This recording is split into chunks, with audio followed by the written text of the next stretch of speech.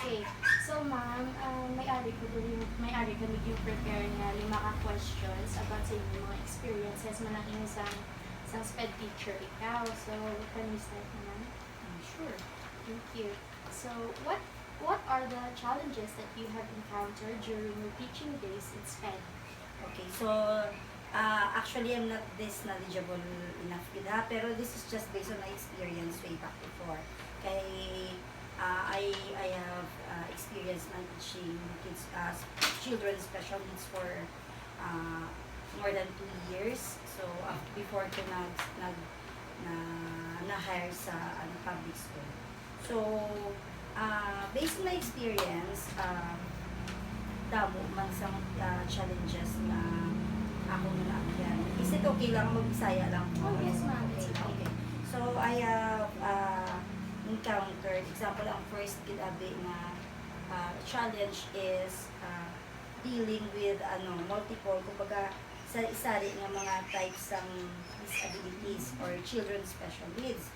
Siyempre I'm not that, kumbaga hindi pa ako experts na that time, during that time, kaya syempre, fresh graduate pa lang ako sa BEd, kaya ang major ko is SPED. So, kumbaga though hindi pa gid ako wala knowledge, wala pa ako training, proper training, wala pa gid ako experience sa lot. So, I find it hard first during mga first 3 months ko, nabudlayan gid ako yung mag-deal sa mga bata with special needs. Pero after that naman, syempre may mga advices ka man from your mga co-teachers, mga experience na gid abi, mga mayaggal trade na gid sila. And then every afternoon we have this feedbacking, kag ginaano man nila kami kung wala ang mga experiences man nila before, which ma-apply man ako. So amo na ang first is ang mag-deal sa mga sari-sari ng mga types of children with special needs. Second, kumbaga may ara man ako sa difficulty deal bala sa parents, kumbaga especially sa mga parents kaya negative bala ila pag-accept sa mga kabataan nila bala, syempre denial, kumbaga sa first stage kid bala sang amo na nga scene is kumbaga denial ang iano sa parents. So lucky kaya kung first pa lang ma-accept na sa parents nga amo na ang iya bata. Pero kumbaga mabudlay mag-ubra sang program para sa bata nga ang support sa parents is lacking. Kumbaga do hindi gid bala full support, minsan pabayaan lang do. So hindi pwede kay dapat within the SPED, kumbaga sa SPED sa bata may sari-sari na nga team ang nag-work together para maging ang program gid ibra sa iya. Kumbaga holistic ibala, may ara siya da SPED teacher, kung may inclusive education so da kung naka-mainstream sa regular class, may ara ka man da nga imong regular teacher, maano man na sa inyong nga team ang iyang occupational therapist, sa iyang fine motor, iya kung may problem sa gross motor, ang iya PT. So it's a multidisciplinary team ara man ang support sa parents dapat. So mabudlay mag-ubra sa program nga para sa bata nga wala sang support sa parents. Kaya in the first place sila gid dapat ang magatag sa support sa parents para maging successful ang objective or ang program nga ginubra mo sa bata. Okay. Ang third is kumbaga ang bako gani first experience ko, kumbaga inadequate pa gid ang ako nga dali siya nga akong training. So hindi pa gid ako mayad mag-handle sa bata nga amo na autism, ADHD, ng syempre sari-sari mo ginandalan, kumbaga do masyak ka bala nga syempre kung baga sa imo nga pag-training mo sang may ara ka mo nga on the job training ka mo, pero it's a regular class imo nga training. Pag-abot mo ipasla ka sa imo nga SPED, although may mga case study, may mga observation mga kami nga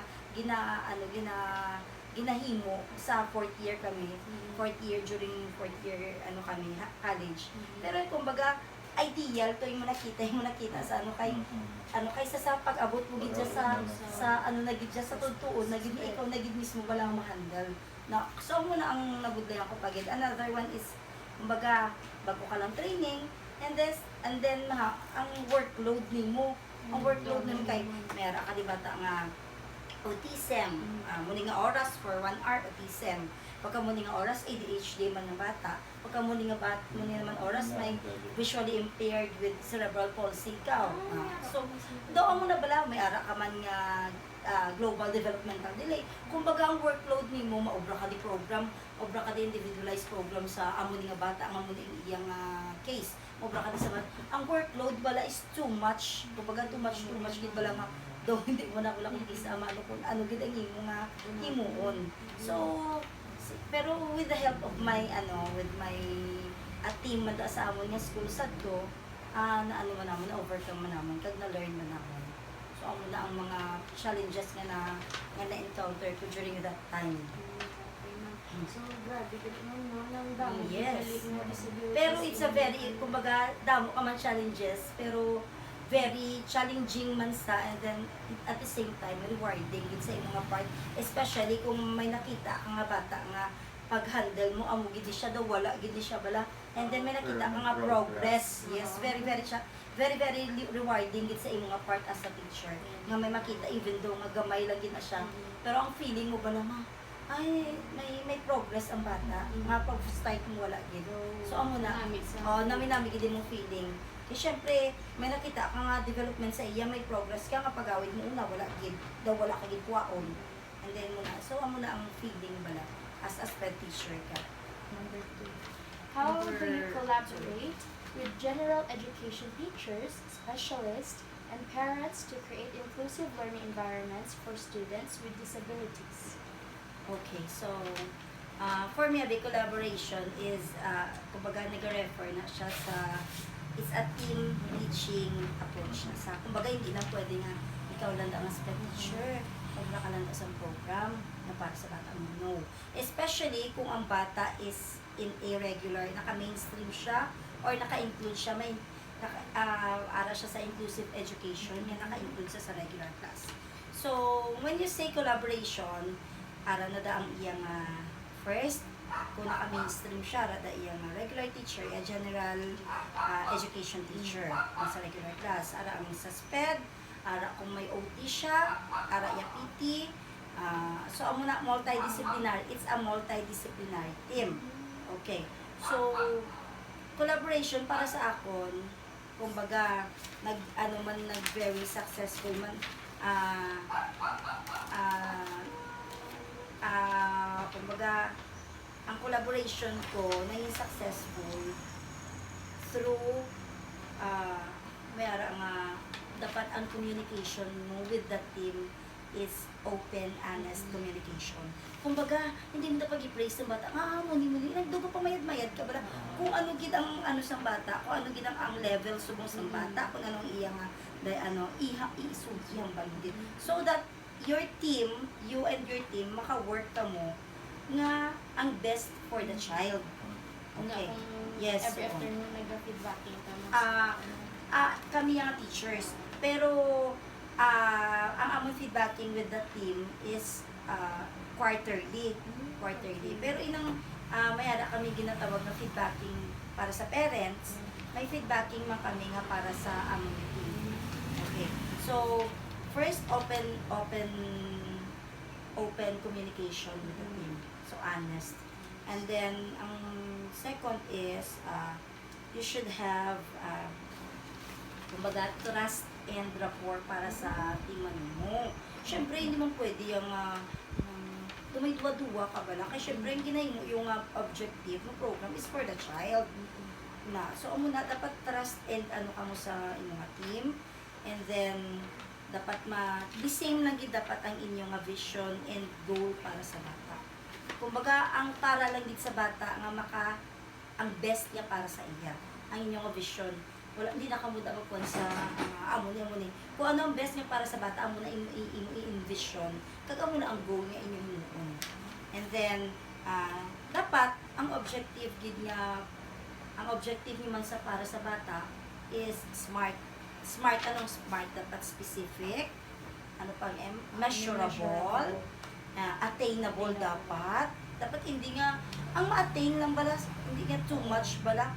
And then, dapat resource-oriented. And then, time bounded siya.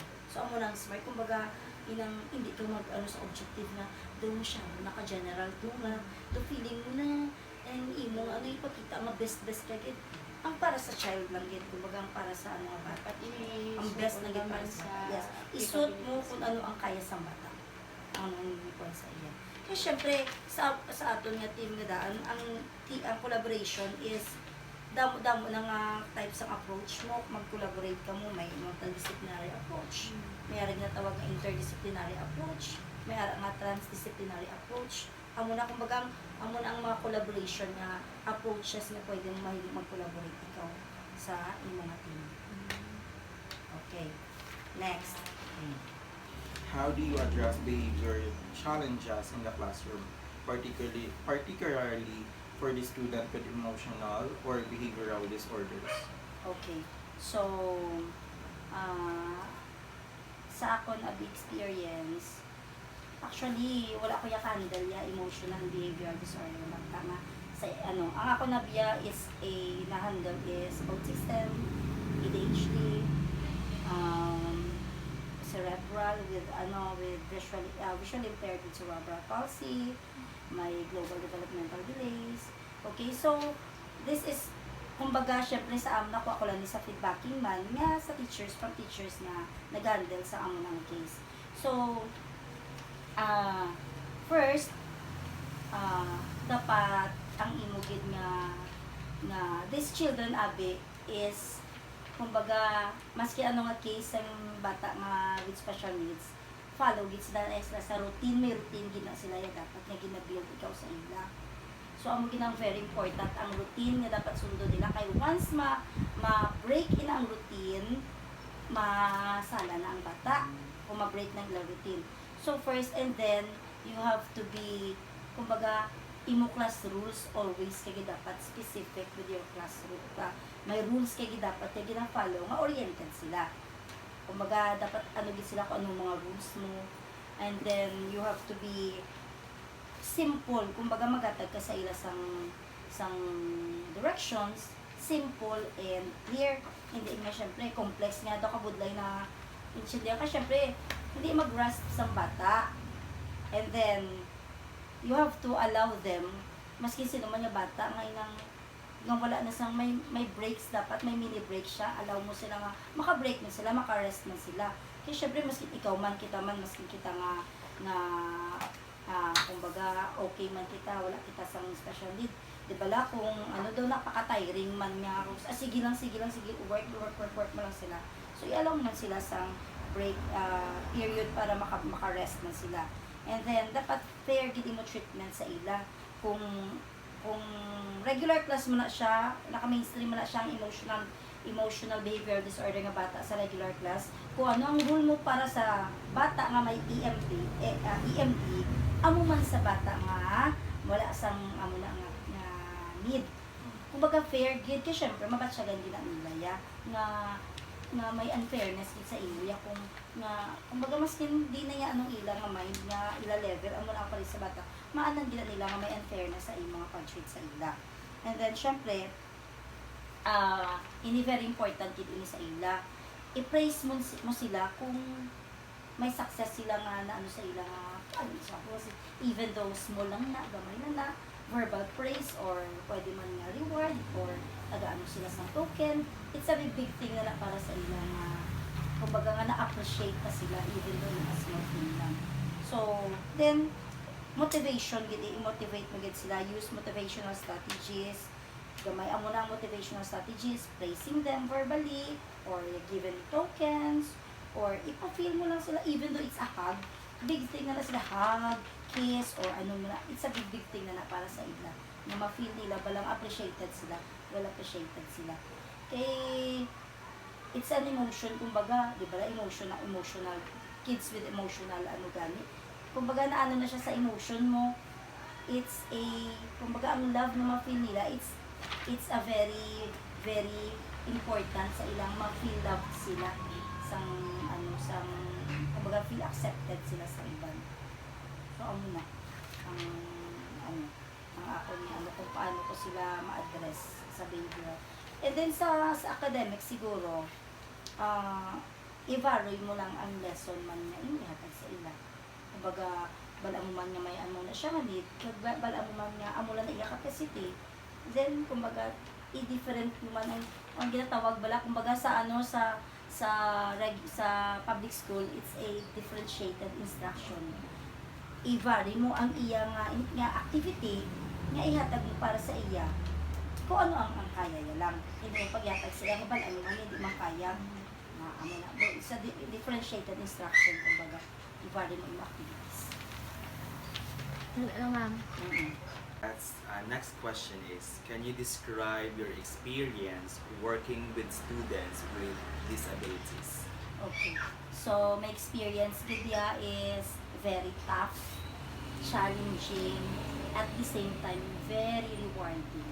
Naman tough. Siyempre, being a SPED teacher, you should have a lot, very, very, very long gidya ka patience para sa mga bata. Amo ginaya, patience gidya ka para sa mga bata. Yes, patience is a virtue. Amo na ganyan ba? Patience is a virtue gidya para sa SPED teacher. Kaya nga dali gani kita matakpan sa mga kabataan nga wala sang special need, sa mga bata payahan nga may special need. So, kumbaga, ano gidya kag ang love mo gidya and dedication para sa ila nga kumbaga even though gamay lang gid na siya nga bagay, dako na iya ang mahimo para sa development sa bata, sa progress sa bata. And then challenging, yes, very challenging gidya kay amo to sa first question, damo ka gid agyan nga mga hindi magi problema, challenges gani, damo ka nga challenges nga maagyan. Ara dira ang wala ka makuha support from the parents, hindi ka kakuha sa full support, ara dira ang sari-sari nga mga, syempre, tao lang man kita, kung may problema ikaw, do affected man ang teaching para sa ila, ara dira ang pag-handle mo sang sari-sari nga, daw gakraming ka bala kay ba gaano ay ano akong nga pag-handle sino kay sa muni lain ang case niya daw gasada, yes, hindi ka hindi ka kwan kung anong objective mo para sa iya. Kaya syempre, magambal kaya nga children with special need, hindi na yan nga ang amo nga case, applicable na to sa amo nga case. Kaya individualized educational plan. Kumbaga, kung ang para sa autism ang mula niya bata, amo manimi mo na objective sa iya. Ang para sa amo nga bata nga ma-ADHD, amo manimi objective sa iya. Hindi pwede nga ang objective mo di sa autism, the same mo. Di kay lain man ang level niya sa isa, lain man ang level sa isa. So, amo na daw ang kisaga kraming ikaw challenging kay kung sa dami makaagyan nga problems, wala ka suporta, lucky lang gid kami kay kumbaga kung when you are in a private school, kumbaga provided gid kamo tanan-tanan, well provided gid kamo with the instructional materials, with the trainings and everything, ang support bala. Pero kung sa public school, we have to accept gid nga hindi gid siya mo na ka well provided ang mga teachers. Ikaw gid siya ang maubra sa kumbaga ikaw gid siya maduka gid sa imong part, ano ka gid siya outside the box ni mo yang ako anong mahimo mo para kung ano gid ang maka-progress or makapaano sa bata. So very challenging and then very rewarding kay nga man kumbaga rewarding kay kung may makita ka nga progress para sa bata, nami isang feeling mo as a teacher na nakabulig ikaw para sa development, nag-develop ang bata, nag-progress ang bata. So, doon ka nami isang feeling mo nga ay, ng first pagsulod sa bata, wala gid sitting ang bata, hindi ka pungko, hindi ka wala sang eye contact. Kay sa autism, isang mo ilang ang mga ang first mong sa mga depende, man sa level, kumbaga sa iyang severity. So, may autism man yung hindi ka pungko, wala sitting, wala eye contact. So, makita mo na ang bata nga, ay, makasit na ang bata. Makastay na sa even though for just 3 minutes. It's a big thing na sa imo. Kaya pag sunod dyan, wala kagid. Ganda nalagad ng bata, ganda libot-libot lang ang bata. Daw mo na bala. Tapos, ay, ang bata, maskin maka-communicate na sa. Kaya surely mag-kabi sa autism is ang communication nila is affected with abi. Kumbaga, daw ikari bala sa iyo. Ay, behavior sa bata, wala na sa nagapang pila, wala na sa nagapang grab, wala na sa... Kaya I have an experience. May experience sa one time nga, ang autism nga bata is Wala ako, sige na, mga pugusay na duwa. Kay, mo gina sa pupuan, pupuson, mo gina sa... Wala ako ya kaano ya, after na namo niya natapos, na nakapuli na ako dyan sa balay. Wow, ang lagog po, dirit ako, dako, kay gali, kinagat niya ako. So, amo na yung maagyan, amo na ang mga challenges ang maagyan mo. May ara nga nakagi ako nga, wow, wala man ako kabalo nga, nakaobra na sa gali sa assignment, kay ang iya teacher is hindi ako. And then nag-abot ng isa niya ka bata, ay tapos na antay mo ga snacks, syempre mag-snacks. Ginaupdan mo gina sila mo. Hay siya again ano niya ko nga ma'am, pwede nga ikaw danay maano kay wala pa man imo nga kwat. Wala man ako kabalo nga inang ano to ginapaobra sa iya, nalipat na ako nga nakaobra na sa galit, ginapinili ko ginaobra. Baw, Diyos ko ginan niya ako diri ako nga tutudo hindi na ako yakakwan iya. Ay naku dako pa naman siya kay Amerikano iya tatay. Ay inang autism ato siya. Ay so amo gina ang mga challenges ay maagyan kag ang manaan ko kisa makita mo nga na lesson ang ilang nga batasan nga first nga ko baga-ara sa imo nga target para sa sila objective nga na ano na achieve mo, it's a very rewarding para sa imo as a teacher. So amo na. Okay, ma'am. So ma'am, what type of disability have you encountered that is most difficult to handle in the classroom? Sa akon, my experience, ang akon gid nga very difficult din nga na-handle para sa akon is ang bata nga visually impaired siya, and then at the same time may a little bit ano siya sang cerebral palsy. Ay syempre first mag-ulang man ako graduate, kumbaga wala gid ako training, wala man ako kung ano itudlo ko sa iya. Ay syempre wala man ako kaagi braille. Wala kay bulag siya mo, hindi sa kita. Tapos may cerebral palsy pa, may kwan pa. So hindi ako kabalo kung hindi na ako mumpisa. Wala. Hindi ako kakwan niya kung ano itudlo ko sa iya. So mo nang though very ano ko na budlayan kay dapat kung imo nga case ginandelan. Dapat ano ka man, kumbaga may knowledge ka man sila. Di ang visually impaired, ano man ako na kay wala man ako hindi man ako bal mag-braille. Kaya ano tudlo mo sa iya. So amo nang ako pinaka-nabudlayan gid nga case nga na-handle ko. For me lang ya. Eh syempre inang sa experience ko lang na iya. So that's it. Being a special education SPED teacher can be incredibly rewarding.